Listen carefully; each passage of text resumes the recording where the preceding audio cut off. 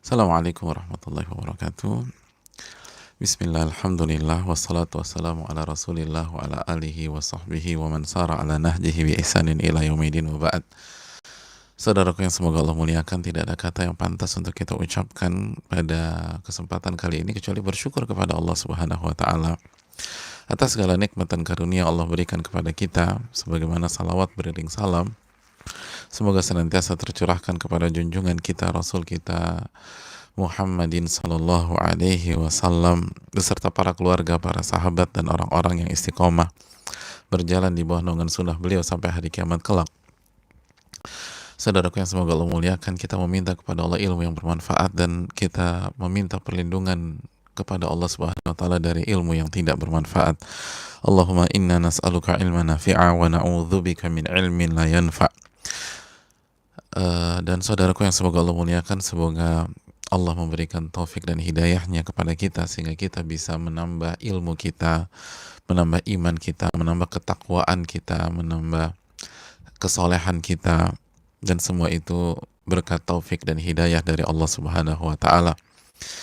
Dan saudaraku yang semoga Allah muliakan, kita kembali bersama Al-Imam Yahya bin Sharaf bin Murri bin Hasan bin Husain bin Muhammad, atau yang biasa dikenal dengan nama Al-Imam An-Nawawi rahimahullahu ta'ala. Ulama yang begitu kita cintai, begitu kita kagumi, kita hormati. Ulama milik umat Islam seluruhnya, yang dikagumi oleh kawan dan disegani oleh lawan.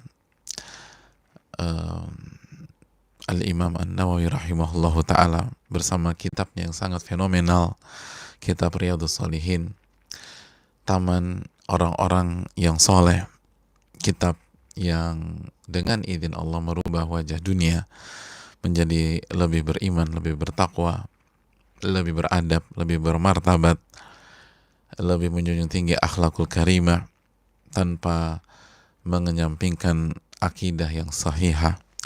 Oleh karena itu kita bersyukur kepada Allah, Allah memberikan kesempatan kepada kita, taufik kepada kita untuk bersama dengan kitab yang sangat fenomenal ini.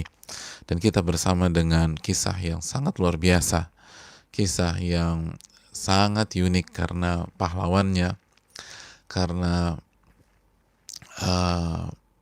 tokoh utamanya bukan seorang panglima perang di kasus ini, bukan pasukan pemanah, bukan pasukan berkuda, tapi justru beliau menjadi salah satu pahlawan yang sangat dikenal ketika kita berbicara tentang perang Tabuk. Oleh karena itu, saudaraku yang Allah muliakan, selamat bergabung kembali dengan kisah Ka'ab bin Malik. Dan kita sudah jelaskan bagaimana Ka'ab bin Malik menceritakan kepada anak beliau dan kepada kita semua bagaimana di perang Tabuk beliau betul-betul dalam kondisi prima, berada di top performa, dalam kondisi kesehatan yang sangat luar biasa, dan beliau merasakan, saya nggak pernah sekuat pada hari-hari perang Tabuk, saya nggak pernah selapang dan semudah di hari-hari itu. Dan saya punya 2 tunggangan, dan saya nggak pernah punya 2 tunggangan sebelumnya di perang-perang sebelumnya, tapi di saat itu saya punya semuanya, semua faktor yang membuat seseorang bisa berada dan menjadi bagian dari sebuah perjuangan. Dan beliau juga menceritakan bagaimana beliau bukan seorang pengecut, beliau bukan seorang pecundang, beliau bukan orang yang menghindar dari masalah. Beliau hadir di Baiat Aqabah kedua. Beliau ikut seluruh perjuangan dan seluruh peperangan bersama Nabi SAW kecuali Badar. Dan kita semua tahu sahabat atau banyak sahabat yang tidak ikut perang Badar karena Nabi memang tidak bertujuan untuk perang terbuka bersama orang-orang kafir Quraisy, tapi Allah yang takdirkan peperangan itu terjadi. Itu semua menunjukkan jamaah sekalian bahwa untuk beramal soleh, untuk menjadi bagian dari perjuangan, kita nggak bisa mengandalkan kecerdasan kita semata. Kita tidak bisa mengandalkan uang kita semata. Kita nggak bisa mengandalkan fasilitas yang kita miliki semata. Bahkan kita tidak bisa mengandalkan pengalaman kita semata. Oh gampang.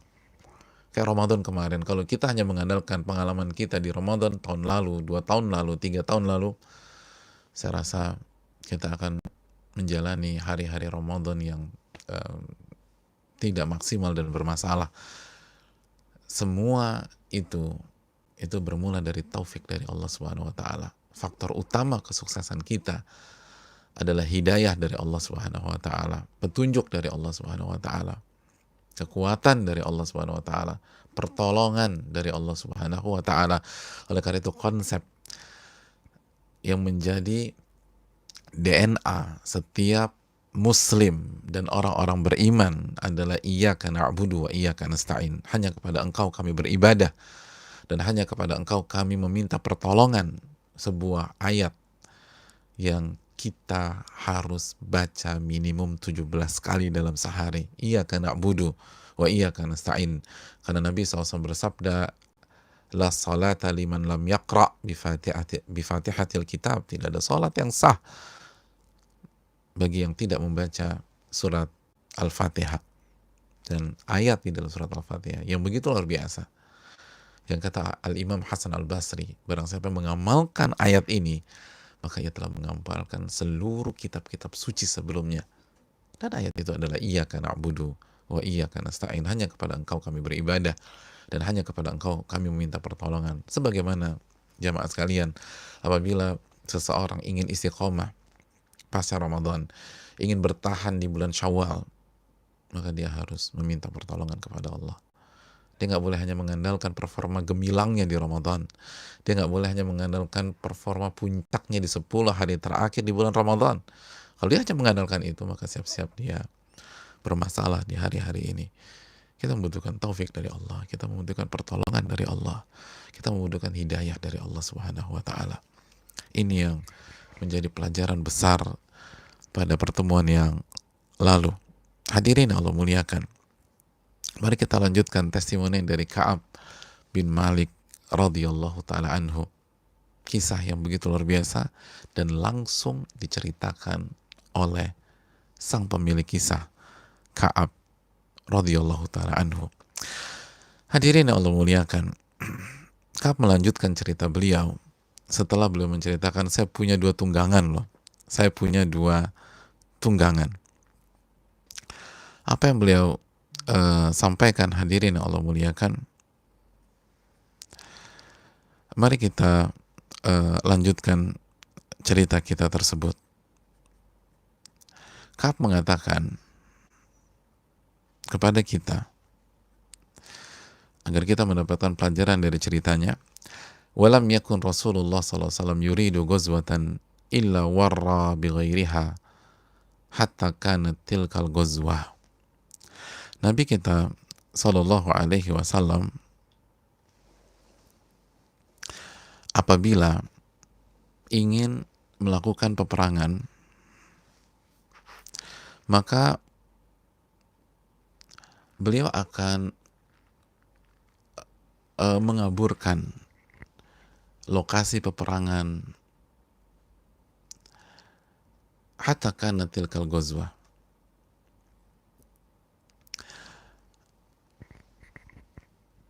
sampai pada perang Tabuk tersebut.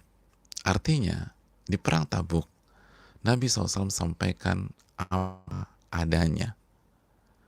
Beliau sampaikan apa adanya. Jadi beliau tidak mengaburkan. Biasanya kebiasaan beliau akan mengaburkan. Padahal beliau ingin ke kanan, Pak, tapi beliau mengaburkan ke kiri. Beliau ingin ke selatan, tapi beliau mengaburkan ke utara. Atau beliau pokoknya mengaburkan. Agar apa jamaah sekalian? Agar tidak bisa ditebak jika ada mata-mata di tengah-tengah kota Madinah atau di tengah-tengah sahabat-sahabat beliau radhiyallahu taala anhum, agar ketika ada spy atau mata-mata mereka berpikir Nabi ke kanan, ternyata ke kiri. Berpikir beliau ke timur, ternyata ke selatan. Ternyata ke barat. Dan begitu seterusnya. Itulah salah satu strategi Nabi SAW dalam berbagai macam peperangan beliau. Jadi beliau bukan orang polos, jamaah. Beliau tahu bahwa di tengah-tengah ini ada mata-mata. Ada orang-orang munafik. Nabi tahu ada orang munafik. Ada orang yang berpotensi membocorkan. Oleh karena itu hadirin yang Allah muliakan, karena sekali lagi teknologi tidak seperti sekarang, maka strategi yang digunakan demikian. Jadi warra bi ghairiha. Jadi beliau mengaburkan, padahal ngincer ke kanan, beliau mulai mengaburkan ke kiri. Ke kiri beliau masuk dari kanan dan seterusnya. Kecuali adapun di perang Tabuk tidak. Beliau tampil apa adanya. Beliau tidak menggunakan strategi itu. Beliau tidak menggunakan strategi tersebut.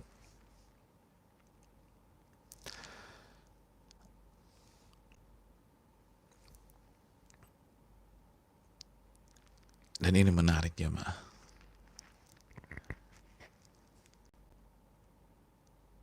Ini benar-benar ujian. Karena kita tahu Tabuk memang berbeda. Jadi beliau sampaikan, faghazzaha Rasulullah fi harin syadid.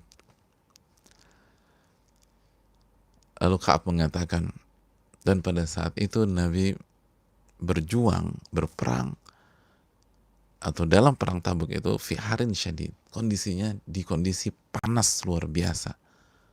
Harin syadid, panasnya luar biasa. Sangat-sangat panas. Dan kita tahu Madinah kalau panas bisa sampai, atau daerah sana bisa sampai 50 derajat dan seterusnya. Panas luar biasa. Sangat-sangat panas. Hadirin yang Allah muliakan. Bayangkan bisa sampai 50 derajat. Itu kalau telur setengah matang, hadirin. Dan orang yang pernah tinggal di Middle East atau di Madinah atau di Riyadh dan seterusnya tahu memang panasnya luar biasa. Dan kondisi seperti itu. Itu yang pertama, panas luar biasa. Yang kedua, wastaqbala safaron ba'ida.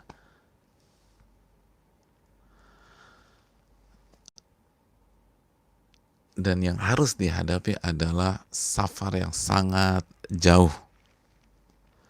Safar yang sangat jauh. Jadi hadirin Allah muliakan, ini safar bukan main-main. Ini safar yang sangat jauh. Safar yang melelahkan. Safar yang melelahkan. Berapa jarak antara Madinah ke Tabuk? Berapa jarak antara Madinah ke Tabuk? Jarak Madinah ke Tabuk itu 600-an kilo. 600-an kilo. Ada yang mengatakan 682 kilo. Ada yang mengatakan bisa 623 kilo dan seterusnya. Ya, so-so lah. 600-an kilo. 620 sampai 680-an. Hadirin bayangkan. Panas. Bisa sampai 50 derajat. Kalau lokasi peperangan 600-an kilo.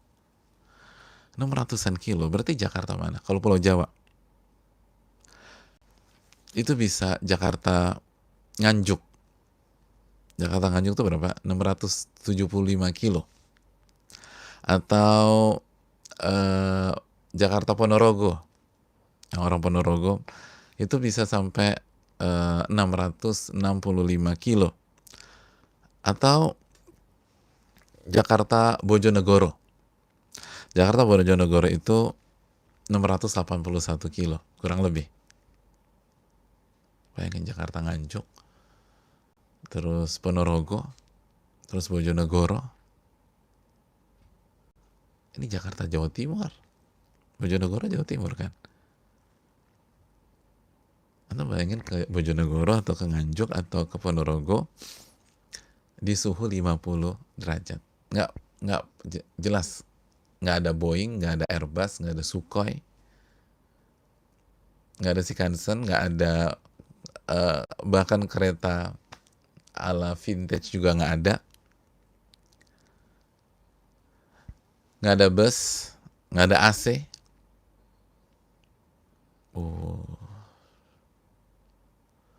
Orang naik onta jamaah, jauh.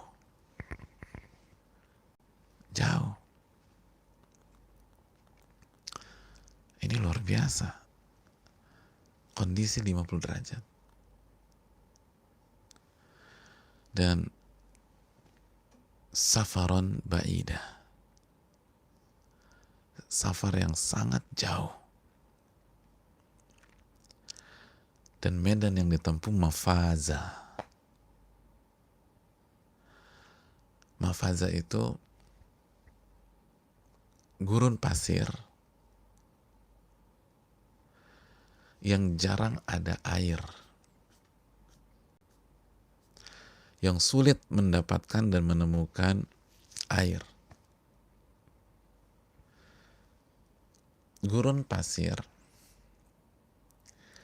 yang sangat berbahaya.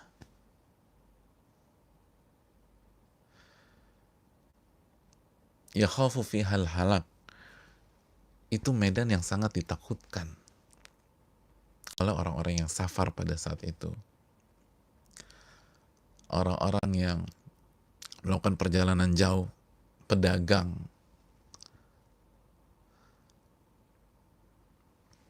Mafaza adalah medan yang sangat ditakutkan.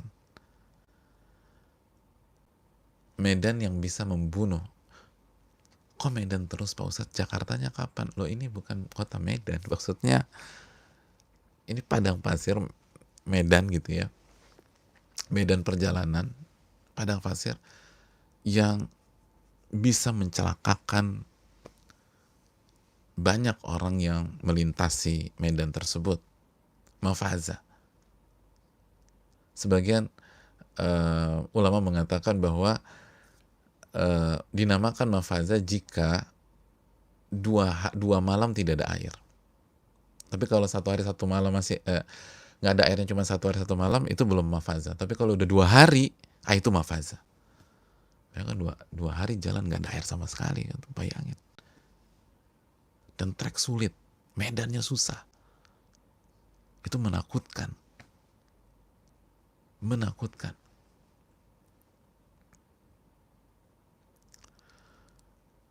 Itu trek yang akan dilewati oleh Nabi dan para sahabatnya. Ini bukan santai, bukan lewat puncak gitu loh. Terus pemandangannya gunung teh, aduh masya Allah, hati senang, zen gitu loh. Kita berhenti bang, kita mau selfie dulu, foto gitu loh. Enggak, ini mafaza jemaah. Ini padang pasir yang mematikan, yang ada air. Dalam kurun waktu 2 hari lebih misalnya. Atau sulit mendapatkan air. 50 derajat lalu kita kesulitan mendapatkan air.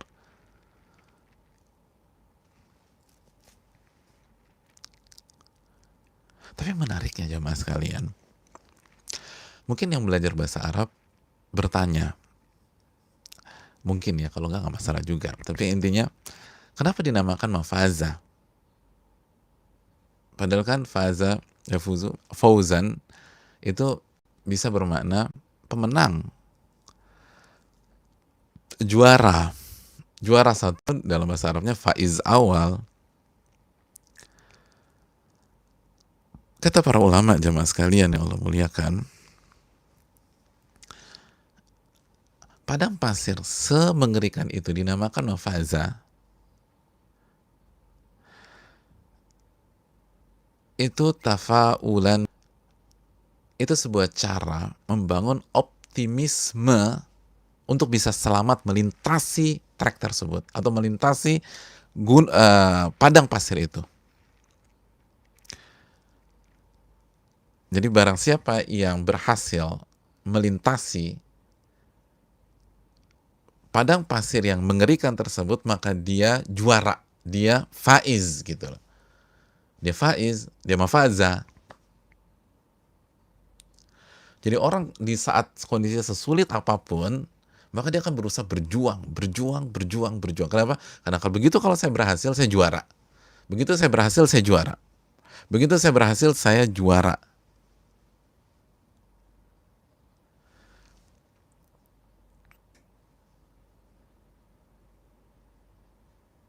Itu yang dijelaskan para ulama bahasa seperti dalam Lisanul Arab, dalam Al-Masabih, dalam Al-Wasit, dan buku-buku bahasa lain.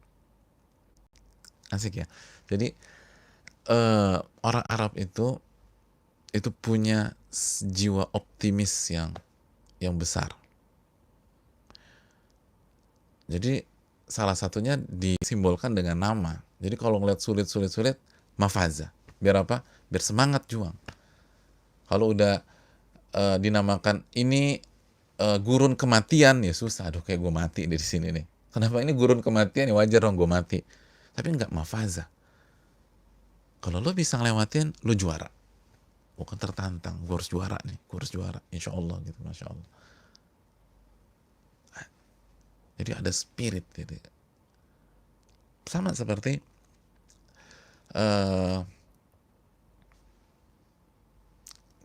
kalau ada sekelompok orang melakukan perjalanan jauh, dalam bahasa Arab sekelompok orang itu dinamakan apa? Qafilah. Dan qafilah sudah di bahasa Indonesia kan? Jadi kata serapan kafilah dagang, kafilah A, kafilah B gitu loh. Bahkan banyak travel namanya kafilah. Kafilah bahasa Arabnya pakai qafilah. Kenapa orang Arab menamakan sekelompok orang yang melakukan safar itu qafilah? Karena arti qafilah diantaranya adalah raja ayarji'u, kembali. Jadi ini bentuk optimisme bahwa sekelompok ini, sejauh apapun mereka melakukan perjalanan, sesulit apapun medan perjalanan mereka, seberat apapun kendala yang mereka hadapi di tengah-tengah perjalanan, seperti mungkin mereka menghadapi mafaza dan lain-lain, insya Allah mereka akan kembali pulang. Insya Allah mereka akan kembali pulang. Optimis kita. Mereka akan kembali pulang. Atau kita akan kembali pulang kalau kita ada di komunitas atau kelompok orang yang melakukan safar tersebut. Jadi dinamakan qafilah. Dinamakan qafilah.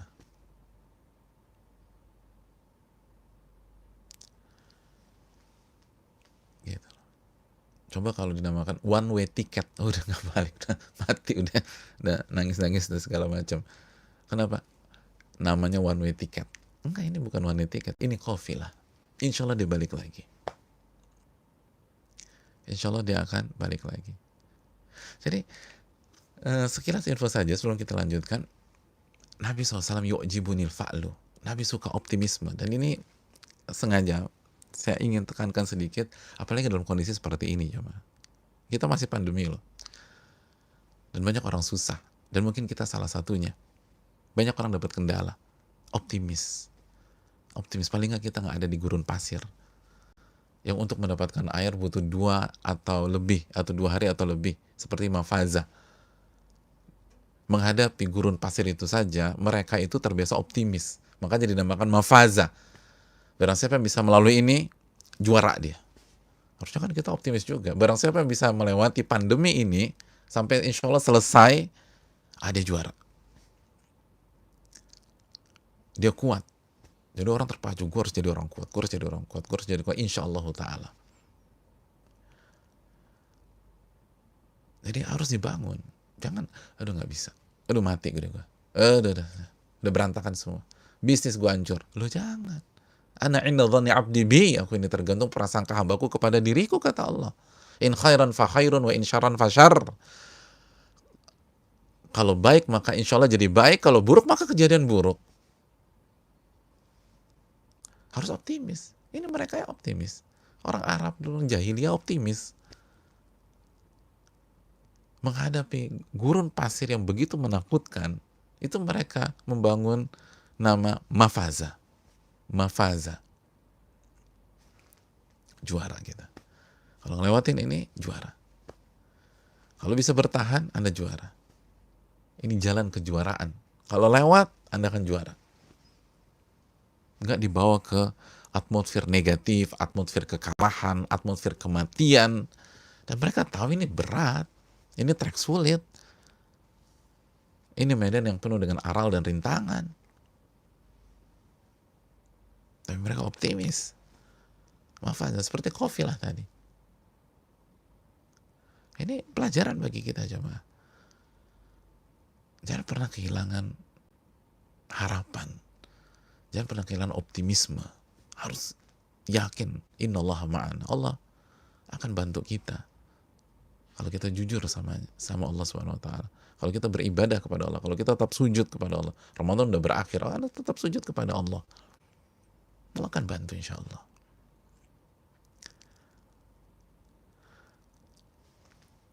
Jadi itu sekilas info tentang mafaza. Sekilas info tentang mafaza yang sangat menarik. Oke, kita lanjutkan jamaah sekalian yang Allah muliakan. Karena pelajaran kita bukan pelajaran bahasa Arab atau belajar nama-nama gurun, tapi ada hal menarik kenapa dikatakan demikian. Jadi rute yang akan dihadapi atau jalan yang ada adalah mafaza. Mafaza.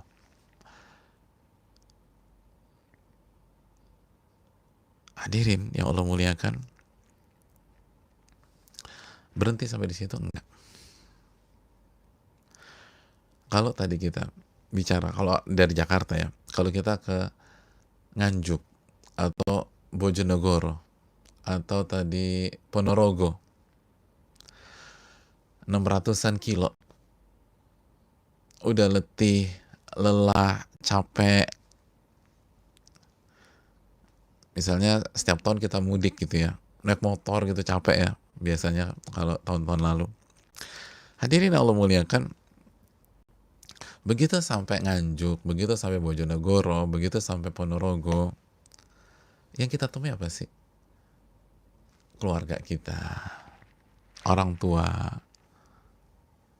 kakak, adik, keponakan-keponakan yang lucu-lucu tuh, teman-teman kecil,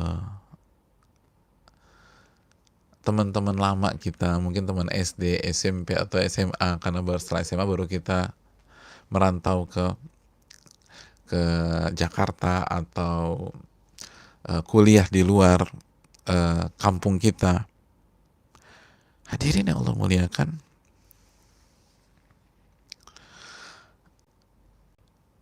tapi ini enggak. Setelah perjalanan yang sangat melelahkan, 600-an kilo, 620 sampai 680-an kurang lebih, tergantung trek atau tergantung lintasan yang dipilih pada saat itu.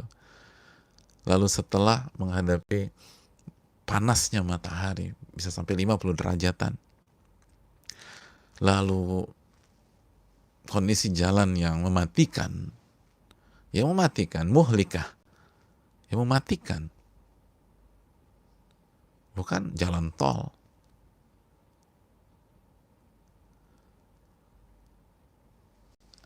Yang ada di benak mereka adalah setelah itu kita akan berhadapan dengan musuh besar. Wastaqbala adadan katsira. Dalam riwayat Muslim, wastaqbala aduwa katsira. Setelah itu semua, kita akan disambut oleh musuh yang sangat besar. Musuh yang sangat kuat. Musuh yang sangat mengerikan, jemaah. Mengerikan.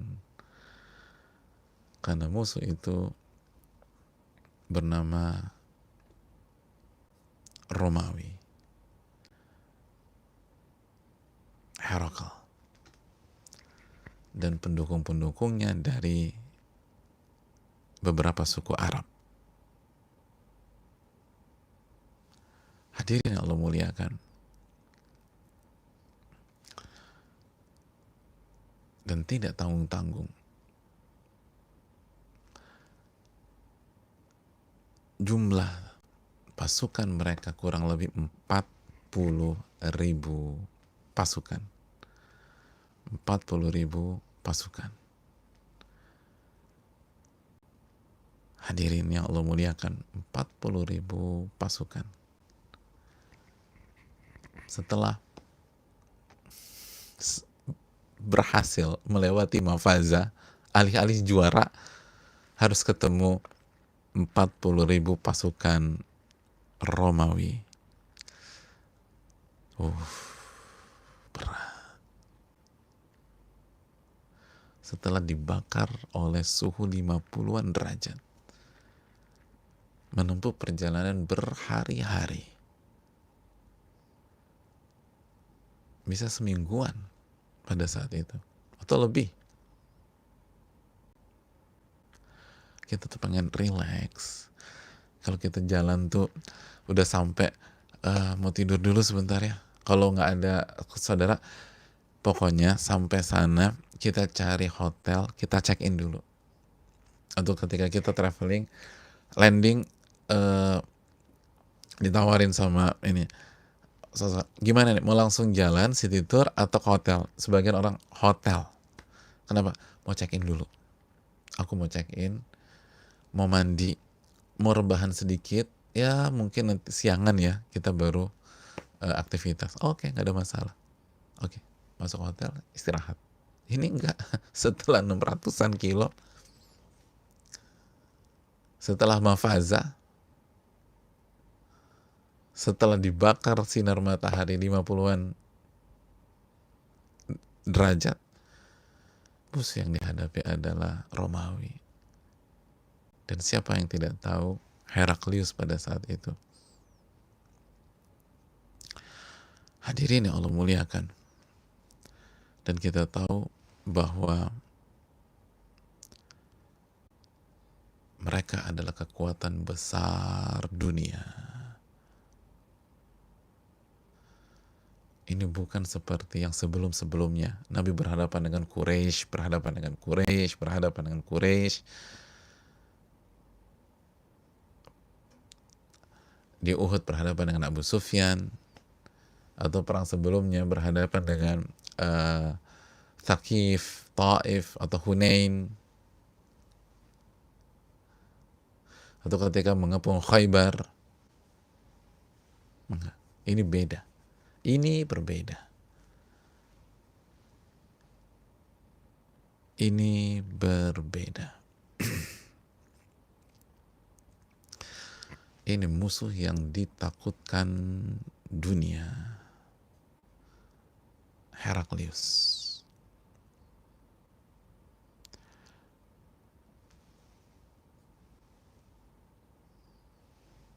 Ini levelnya sudah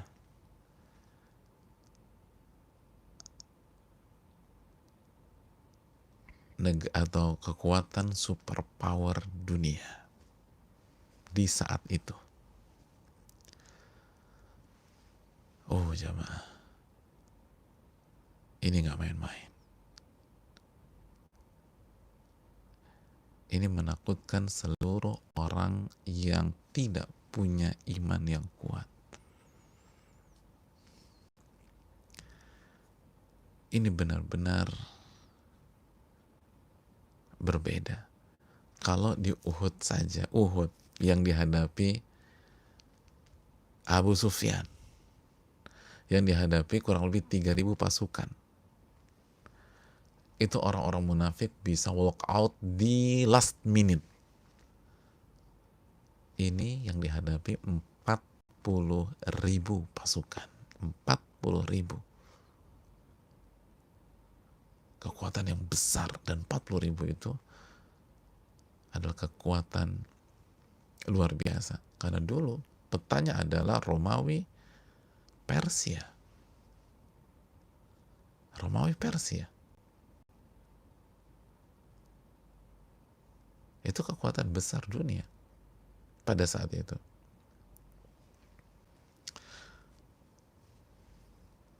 Itu sangat menakutkan. Dan itu yang dihadapi oleh Nabi dan para sahabat. Hadirin yang Allah muliakan. Fajalla lil muslimina amrahum.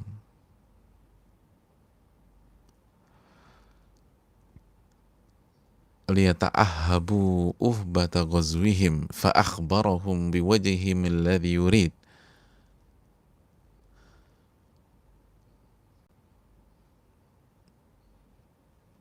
Dan Rasulullah SAW menyampaikan hal ini kepada kaum muslimin.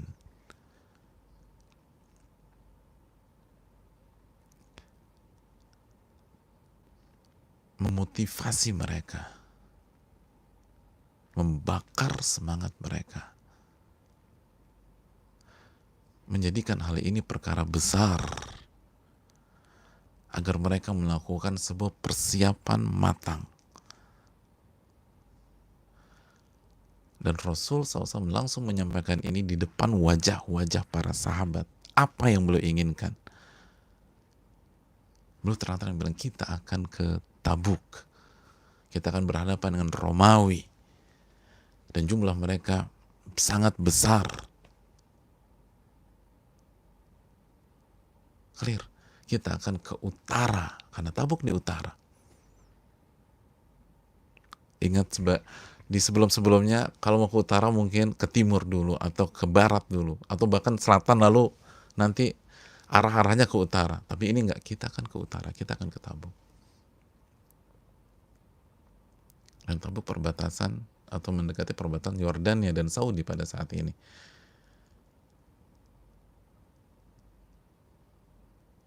Antum bayangkan gimana kondisi pada saat itu. Nabi cerita semuanya kepada sahabat Nabi SAW dan menyampaikan langsung layaknya seorang pemimpin besar, sebagaimana seorang panglima yang sangat karismatik. Beliau sampaikan di hadapan para sahabat beliau Sallallahu Alaihi Wasallam.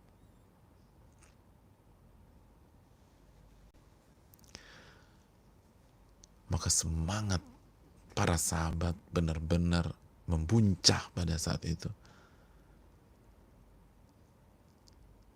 Alih-alih mereka takut, alih-alih mereka mundur, alih-alih mereka punya trauma terhadap mafaza, lalu berhadapan dengan pasukan Romawi, wal muslimuna ma'a Rasulillahi sallallahu alaihi wasallam kathir wala yajma'uhum kitabun hafidh yuridu bidzalika diwan.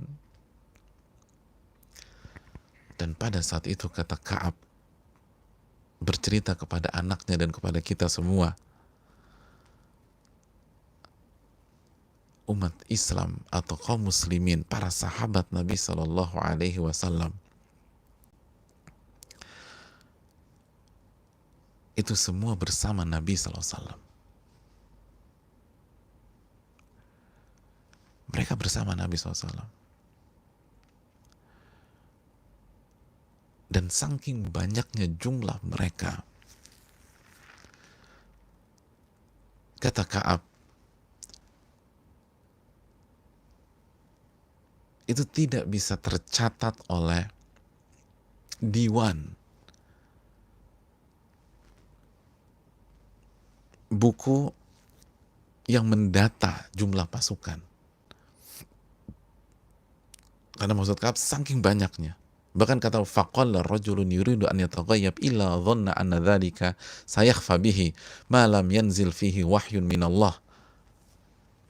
Dan apabila ada seseorang yang ingin absen, menghindar, dan tidak ikut perang tersebut, maka dia akan optimis. Dia tidak akan diketahui oleh Nabi SAW dan yang lain, kecuali ada wahyu yang turun dari Allah Subhanahu wa Ta'ala. Jadi kalau mau menghindar di Tabuk tersebut, nggak ada yang tahu. Saking banyaknya, saking membludaknya, saking animo begitu besar. Jadi kalau ada yang mau ngumpat, mau ngeles, mau balik kanan, diam-diam, bisa, kata Ka'ab. Kecuali kalau wahyu turun. Kalau wahyu turun. Dan itu terbukti dengan Ka'ab, nanti kita akan bahas. Nggak ada yang tahu, beliau nggak ikut. Sampai Nabi tanya tentang beliau. Awalnya nggak ada yang tahu.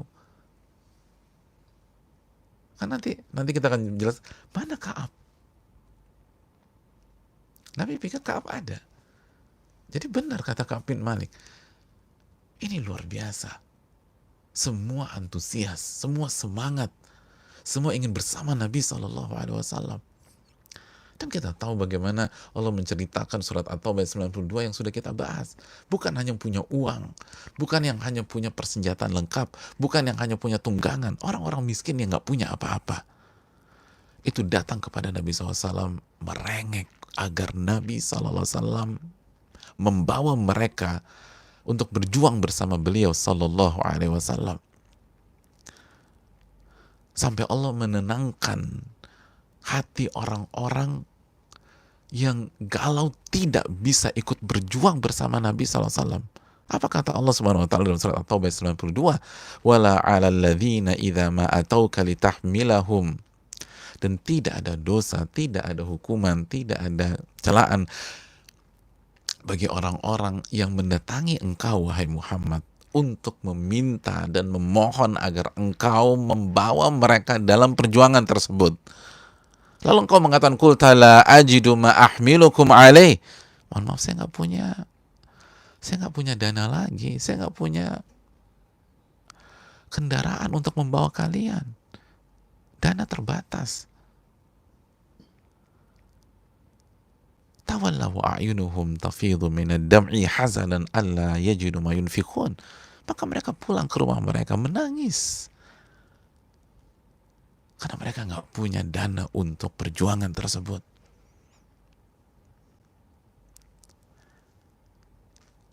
Jadi hadis yang kita bahas beberapa waktu yang lalu tentang bagaimana mereka menangis. Ini perang seperti ini jamaah.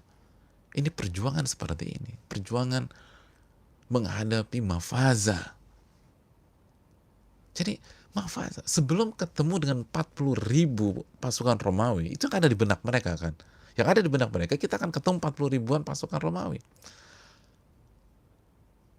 Itu mereka harus lalui dulu gurun pasir yang mematikan. Yang saking mematikannya, begitu lolos saja udah dikatakan juara bagi orang Arab. Ini belum hadapan dengan Romawi. Ini udah bagus banget Anda lolos dari situ. Anda udah dikatakan juara, mafaza. Apalagi di musim panas yang luar biasa. Dan jarak yang sangat jauh.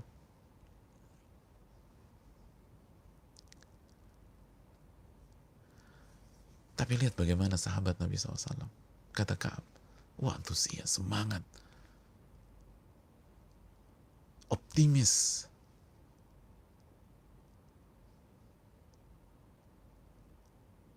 Masa kita nggak optimis menghadapi pandemi seperti ini? Bukan meremehkan, tapi optimis karena kita yakin dengan janji Allah Subhanahu wa Ta'ala.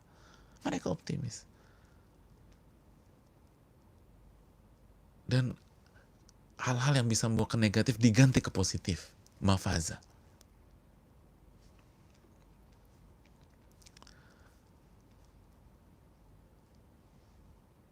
Bukan ngumpet, bukan menghindar, bukan pura-pura sakit para sahabat pada saat. Bahkan yang nggak punya uang, dan itu alasan syar'i yang aman, itu saja tidak membuat mereka tenang untuk tetap duduk di rumah mereka Justru mereka datang kepada Nabi SAW dan meminta, tolong bawa saya, tolong bawa saya, tolong bawa saya. Dan Nabi katakan, la ajidu ma ahmilukum alaih. Saya nggak punya kemampuan membawa kalian. Tawallaw wa ayunum tafidu minad dam'i hazanan alla yajidu ma yunfikun. Maka mereka pulang dalam kondisi nangis karena nggak bisa ikut berjuang bersama Nabi SAW. Nggak punya uang yang bisa mereka infakkan di jalan Allah.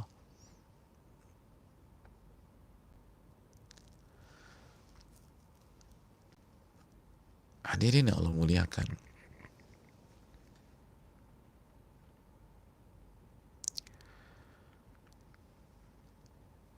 dan belum selesai sampai di sini. Kata Ka'ab, wa ghaza Rasulullah SAW tilkal ghazwah hina tabat ath-thimar wal-dhilal. Dan hari-hari tersebut, pada saat Nabi SAW mempersiapkan sahabatnya untuk berangkat ke perang Tabuk, itu bertepatan dengan panen korma di Madinah. Itu korma lagi enak-enaknya, ya Allah. Kurma lagi enak-enaknya. Yang umroh atau yang sudah ini, rutop lagi banyak jamaah. Ya Allah, itu. Antum bayangin, panasnya minta ampun. Lalu duduk di rumah atau di depan rumah, atapnya serambi atau atapnya adalah daun kurma, daun pohon kurma, lalu sambil makan kurma rutop, lalu angin sepoi-sepoi, wih enak jemaah. Pas lagi santai gitu disuruh berangkat, ya Allah, lagi santai nih, lagi makan kurma, makan rutop, disuruh berangkat 10 kilo, 15 kilo, 600-an kilo lewat jalan tol, mafaza, sampai di sana ketemu sanak saudara atau ditraktir makan. Di sana ditunggu 40.000 pasukan Romawi. Subhanallah.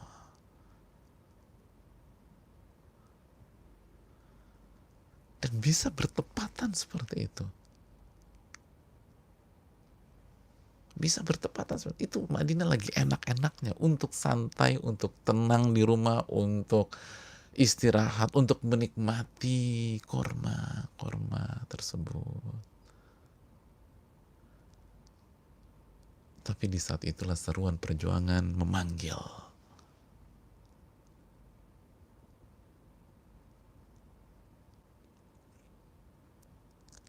Dan itulah pola ujian jamaah. Seringkali ujian itu di saat seperti ini.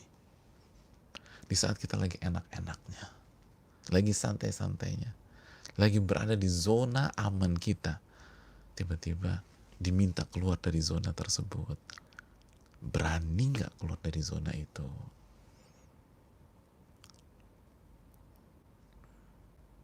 Berani nggak keluar dari zona itu?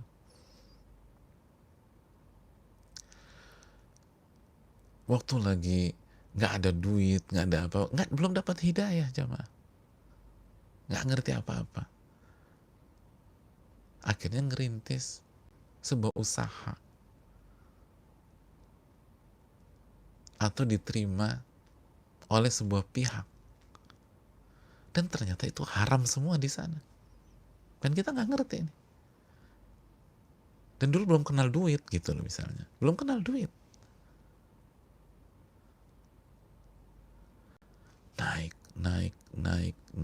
naik di posisi yang tinggi dengan salary besar banget atau omset gila-gilaan, Tahu bahwa ini haram jamaah. Waduh, oh itu berat jamaah. Itu nyesel. Kenapa gue tahu sekarang? Kenapa nggak dari dulu aja? Dulu mendingan pas belum tahu duit lebih enak kan nolaknya. Belum tahu duit, belum tahu fasilitas, belum pernah tidur di hotel bintang 5.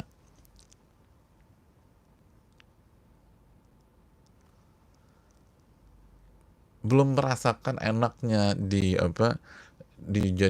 menjadi atasan yang dituruti, yang punya anak buah banyak dengan segala fasilitas papan atas. Tapi justru perjuangan memanggil di saat itu, sehingga semua harus dirubah lagi.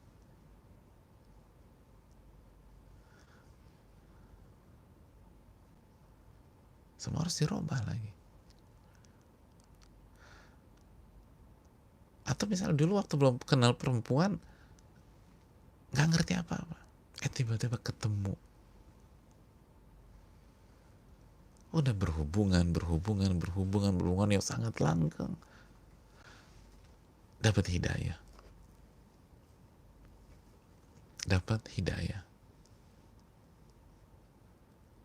dan ternyata nggak direspon sama pacar kita atau wanita tersebut atau laki-laki tersebut. Kita bilang nggak bisa nih, ini harus dengan hubungan halal. Halal apa? Emang selama ini haram apa? Kita kan nggak ngapa-ngapain, atau kan kita biasa, semua juga melakukan ini. Enggak, kita harus menikah. Aku belum siap nikah. Berantem. Kan akhirnya mikir, kenapa nggak sebelum ketemu dia aja saya tahu beginian? Ini kan susah sekarang keluarnya. Udah gitu berat, kita nggak tahu apa-apa. Yang depan mata nyaman. Ini depan mata nyaman jamaah. Para sahabat depan mata nyaman. Depan mata korma, santai di rumah. Tiba-tiba Nabi minta keluar. Kita berjalan sejauh 600-an kilo. Melewati gurun pasir yang mempertaruhkan nyawa kita. Lalu kalaupun selamat dari gurun pasir tersebut, Romawi sudah menanti Anda.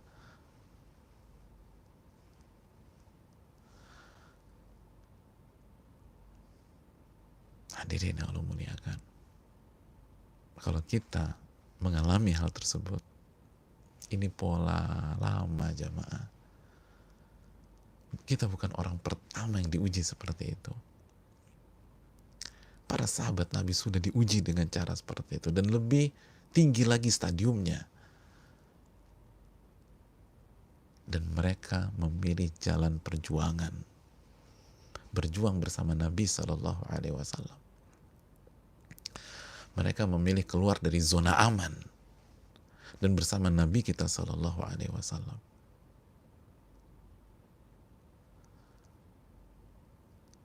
Mereka bersiap dan dikatakan Ka'ab bin Malik. Mereka antusias, mereka semangat.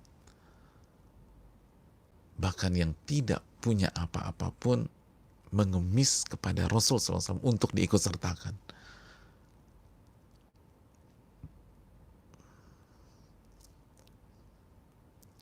Seperti apa persiapan mereka?